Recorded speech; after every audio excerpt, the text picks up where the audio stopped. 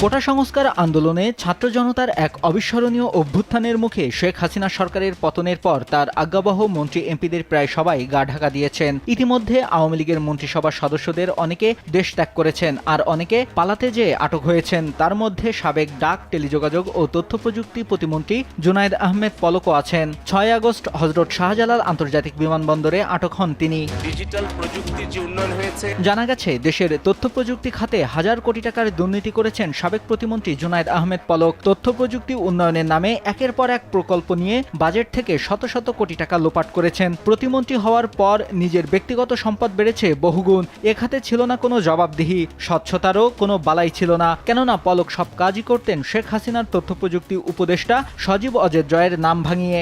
সরাসরি জয়ের সঙ্গে সম্পর্কের কারণে কেউ কোনো কথা বলারও সাহস করতেন না। ফলে ডিজিটাল বাংলাদেশ বিনির্মাণ আর তথ্য প্রযুক্তি খাতের উন্নয়নের নামে গত কয়েক বছরে হাজার কোটি টাকা লোপাট করেছেন পলক।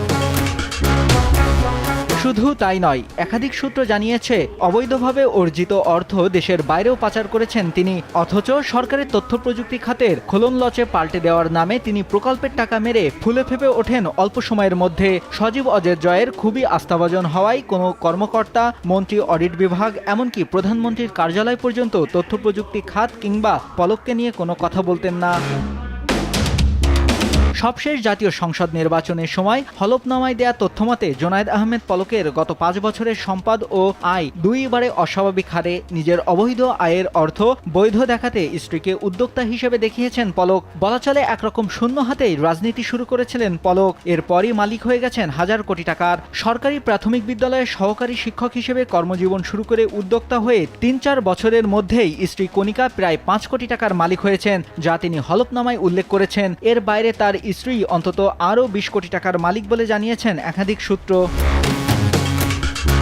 এর বাইরে নামে বেনামে আরও বিপুল পরিমাণ সম্পদ রয়েছে পলক ও কণিকা দম্পতির, যা তিনি অবৈধ পথে আয় করেছেন। এসব সম্পদ মূলত বিভিন্ন সরকারি প্রকল্পের দুর্নীতির মাধ্যমে অর্জন। যে কোনো প্রকল্প নিলেই তার অন্তত 15% দিতে হতো এ প্রতিমন্ত্রী ও তার পরিবারকে। এ খাতে প্রকল্প নিতে কোনো প্রকার জবাবদিহির প্রয়োজন হতো না, যার ফলে ইচ্ছামতো প্রকল্প নিয়ে তা বাস্তবায়ন দেখিয়ে বাজেট থেকে বিপুল পরিমাণ অর্থ তুলে নেওয়া হতো, যার একটা মোটা অঙ্কের ভাগ পেতেন পলক।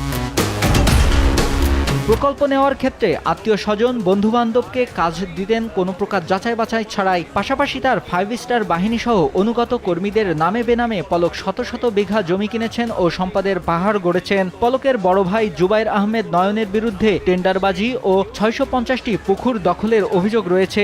একই সঙ্গে চাকরি বাণিজ্য, কালো টাকা, হত্যা বাণিজ্য, বদলি বাণিজ্য, চাঁদাবাজি কমিশন, খাস জমি বরাদ্দ বাণিজ্য সহ অসংখ্য অনিয়ম ও দুর্নীতির সঙ্গে জড়িত ছিলেন পলক। নিউজ ডেস্ক, দেশ টিভি।